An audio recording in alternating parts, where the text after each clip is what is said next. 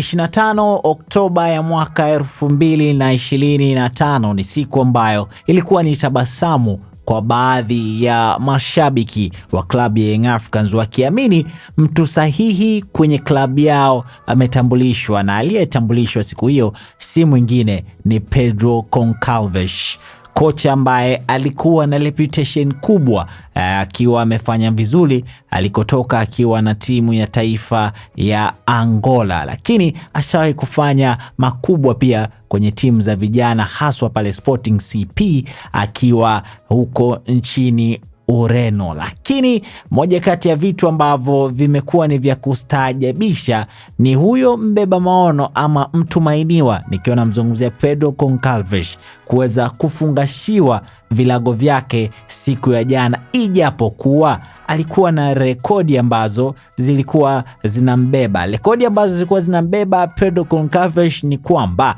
tangu alipowasili ndani ya klabu ya Young Africans alifanikiwa kuipa kombe la Mapinduzi, na akifanya hivyo mbele ya wapinzani wao wa jadi, nikiwa naizungumzia Azam. Lakini pia amefanikiwa kuiacha timu hiyo katika hatua nzuri za kombe la FA wakiwa katika hatua za mtoano. Lakini pia katika mechi 19 za ligi kuu ya Tanzania bara, Pedro Goncalves akiwa kama kocha mkuu amefanikiwa kushinda michezo 14 na kutoa sare michezo 5 tu, yani hakuna mchezo ambao amepoteza tangu ajiunge na klabu ya Young Africans. Lakini katika michezo hiyo amefanikiwa kufunga mabao 42, lakini akiwa ameruhusu nyavu zake kutikiswa mara 5 tu tangu kocha huyo aweze kutambulishwa kama kocha mkuu wa klabu ya Young Africans. Lakini anaiacha klabu hiyo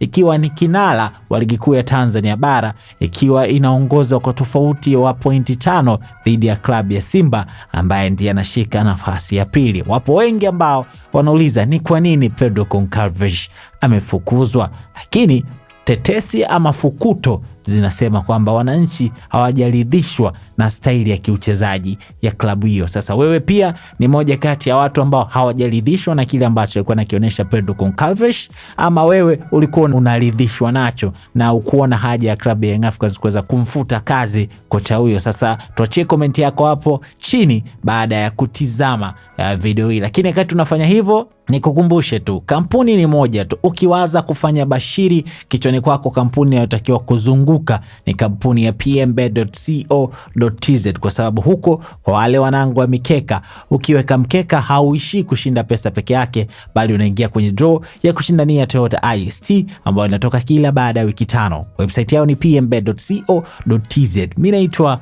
Raymond Elias.